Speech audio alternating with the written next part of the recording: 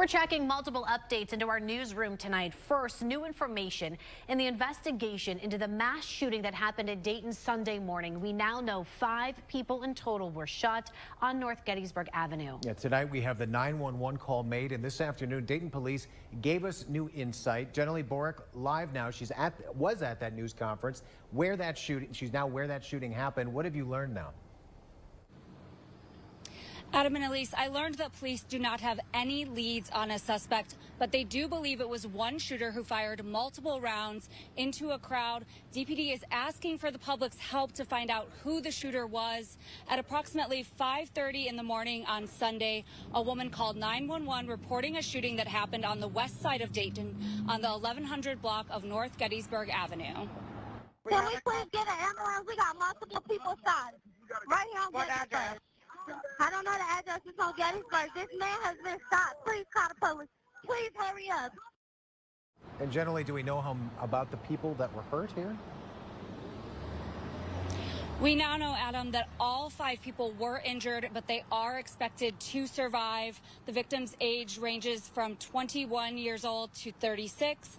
DPD Major Brian Johns says all 5 people got to the hospital by car, saying police believe more than one car took the victims to the hospital. Johns giving more detailed information about where the shooting happened. That location there on Gettysburg is what we call a boot joint, or an after-hours alcohol like premise. When you mix alcohol with guns, bad things usually follow behind that.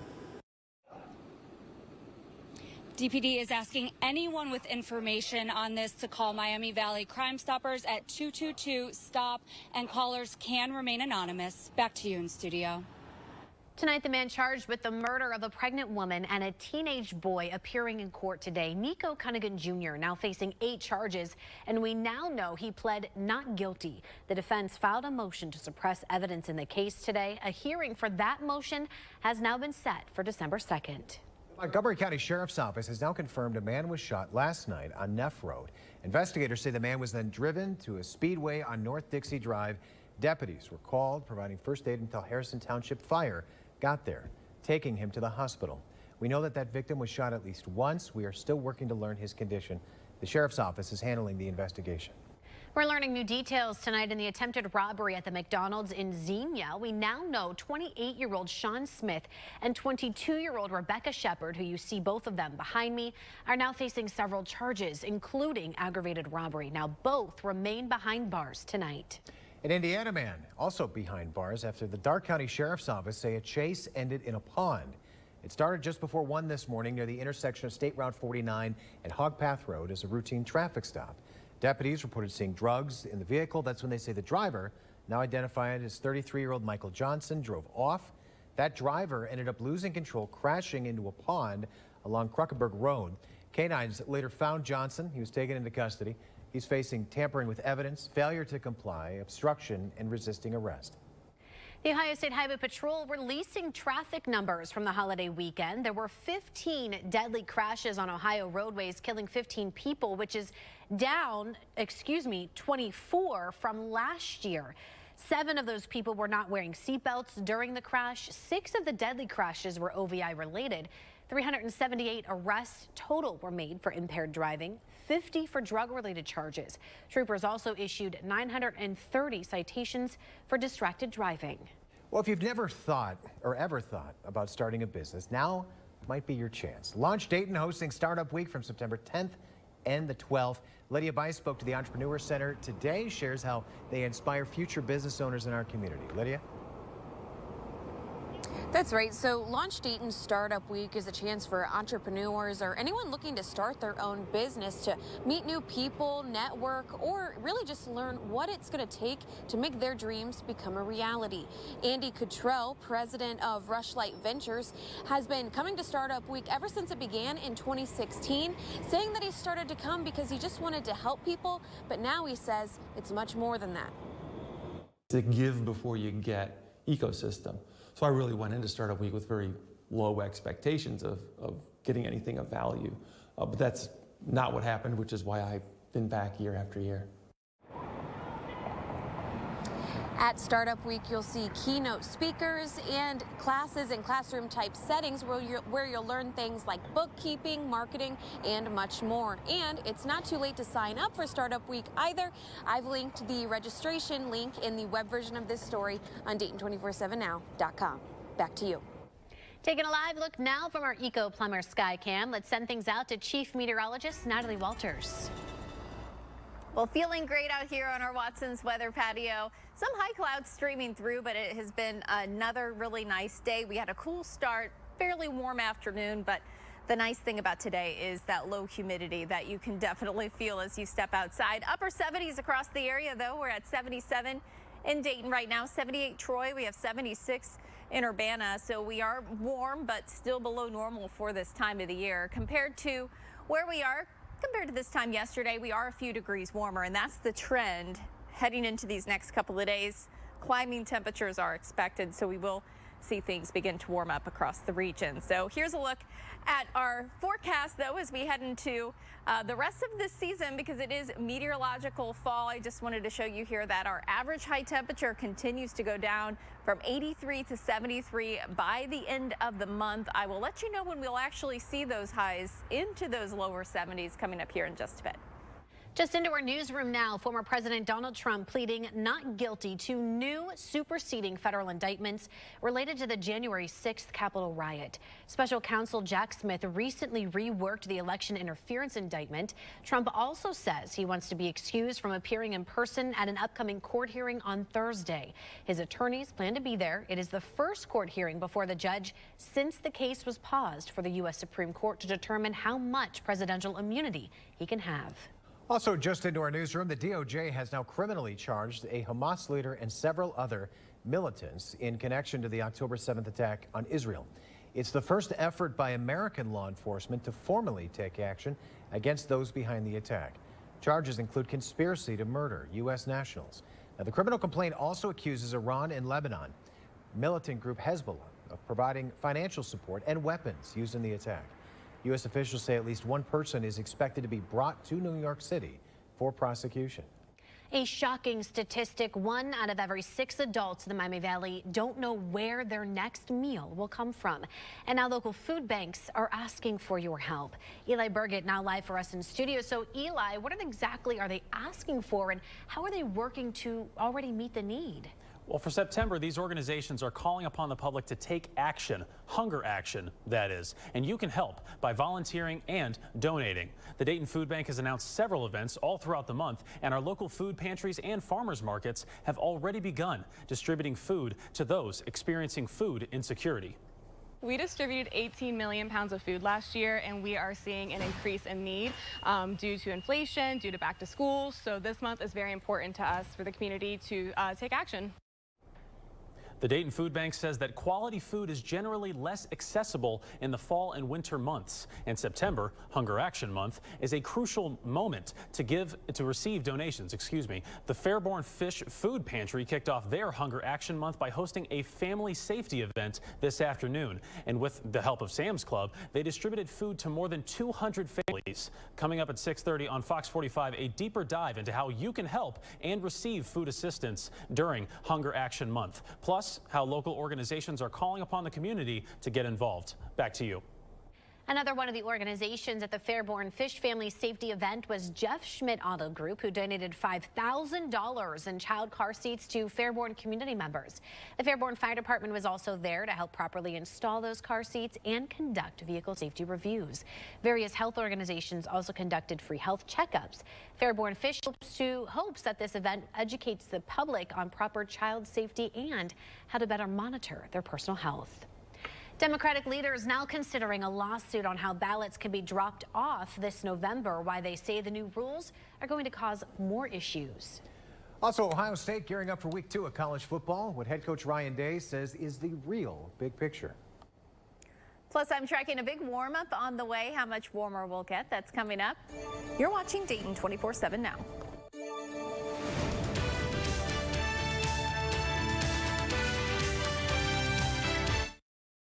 The Sports Desk is sponsored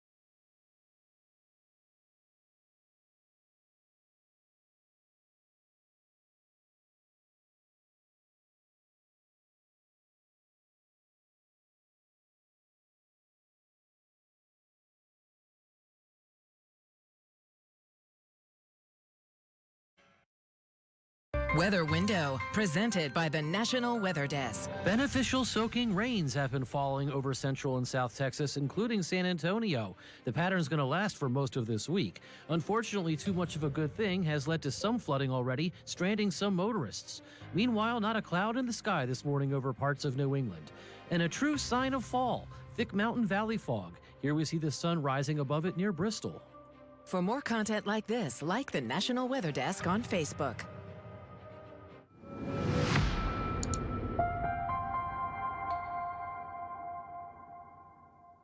There's a new push to redistrict who can drop off ballots for the upcoming presidential election. Christian Hauser here now with the new requirements to drop off those absentee ballots. Ohio Secretary of State Frank LaRose has issued a directive to local election officials changing how absentee ballots can be returned. The directive says that anyone dropping off a family member's ballot or helping a voter with a disability, well, they must now bring those ballots inside the Board of Elections office and sign a form confirming that they're following the rules. That means no more use of drop boxes for anyone else's ballot. The directive from Secretary of State Frank LaRose means you can only place your ballot inside a drop box. This started when advocates sued over a rule that allowed only certain family members to return absentee ballots on behalf of their relatives who are hospitalized or homebound. The list includes spouses, parents, siblings, and grandparents, but it did not include grandchildren or caretakers. Hamilton County Democratic Party Chair Gwen McFarland says this new directive is only about suppressing voter turnout. Now, a group of Democrat leaders say that they're going to consider all options to prevent this directive from going into effect, including filing a lawsuit. Now, as the general election approaches, these are some of the important dates to keep in mind. Military and overseas absentee voting, that starts September 20th. The deadline to register to vote for the November election is October 7th. You can register in person at boards of elections until 9 p.m. or online until 11:59 p.m. Absentee and early in-person voting begins the following day on October 8th. Early in-person voting includes the 2 Saturdays and Sundays before Election Day. And Election Day itself, November 5th, polls open at 6:30 in the morning and close at 7:30 that night. And let's hope the weather is as nice as it was today. A little windy, but boy, the sun was nice. It wasn't too humid. Yeah, beautiful one today. Yeah. A little bit of a warm up on the way. Okay. But then it gets cooler again. Right, of course. So a little bit of a up and down roller coaster that we're going to be going on as we head into these next several days. But for right now, we have some clouds around, mainly some high cirrus clouds streaming through the area, mainly along and south of I-70 at this hour. There's a look at our high pressure system, which is now off to our northeast. Now, taking a look off to the northwest, we're talking in the Montana area. We do have a frontal system that will eventually scoot its way in. Until then, we actually have a warm up on the way. So this is what we're tracking. High pressure continues to slide off to the east.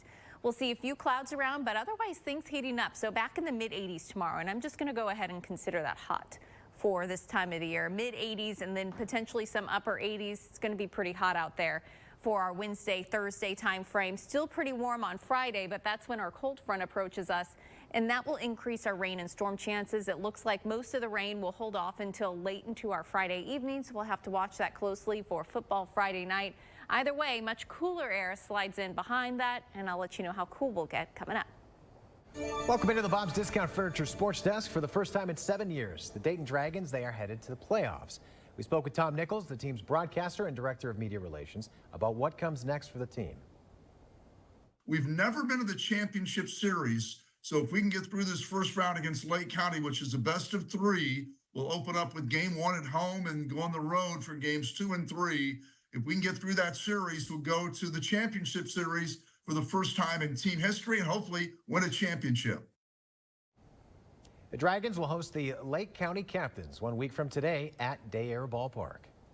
Dayton police officer Byron Branch will be competing in the Paris Paralympics in just a matter of hours. In fact, Officer Branch will compete in the men's wheelchair fencing foil category. That's at 3 a.m. our time. And 2016, Officer Branch was hit by a car while on duty, causing his right leg to be amputated, but that didn't stop him. Now he has been fencing for more than 20 years, and he's hoping to take home a gold. The Ohio State Buckeyes are gearing up for this week's matchup against Western Michigan, but head coach Ryan Day says they're looking ahead to the bigger picture. Dave Holmes gives us a look. It takes about 2.5 hours to go from the Shoe to Lucas Oil Stadium. It's 167 miles to be exact, but that trip takes about 4 months for the Ohio State Buckeyes. And that's the goal, to get back to Lucas Oil Stadium and win a Big Ten title, something that's eluded the Buckeyes the past 3 years. Week 1 was a step in the right direction for Ryan Day's team, but it was just a step, nothing more. Now the Buckeyes are 1-0 as they get ready for step 2 this weekend against Western Michigan. The effort, across the board was solid. We got a long way to go here, and we want to keep pushing. And there certainly were some great clips. I think you guys saw some of that on Saturday, but we're nowhere where we need to be. We've got to keep building. It's a long season, and this is a long road to where we're going. And, it's easy to sometimes hear the noise of down the road or what's coming. And what you have to do is you just have to focus on right now. You have to be in the present. The Buckeyes should easily handle Western Michigan, but I should point out the Broncos actually gave Wisconsin a battle last week. Western Michigan led the Badgers in the fourth quarter on the road of that game. Ryan Day said it was good to see Western Michigan play a familiar Big Ten opponent. That should help with the scouting and film this week. At the Woody Hayes with the Buckeyes, I'm Dave Holmes for the Football Fever. Well, the Troll Pub in Dayton is getting ready to kick off the Bengals season this Thursday from 7 to 10 p.m.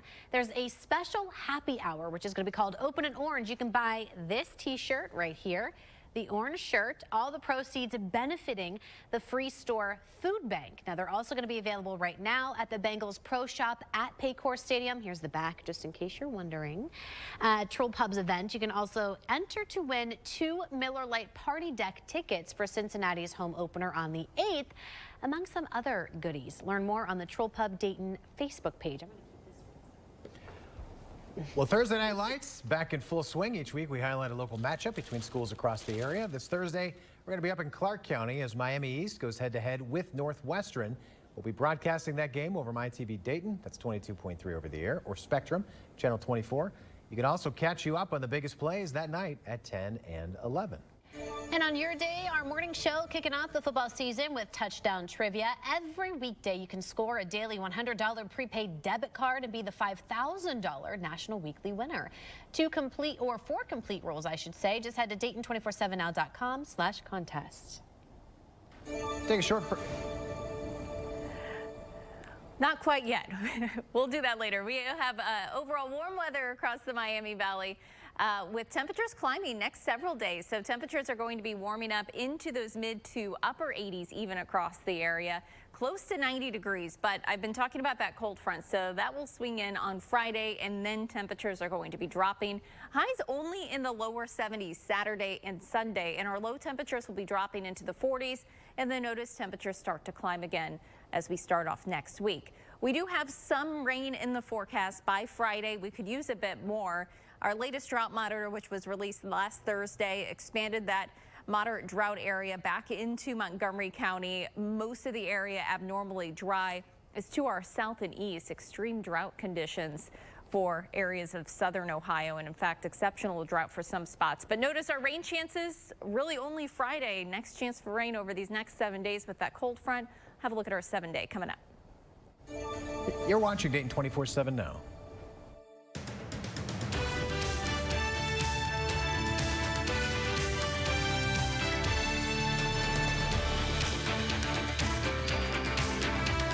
Thursday night, Miami East takes on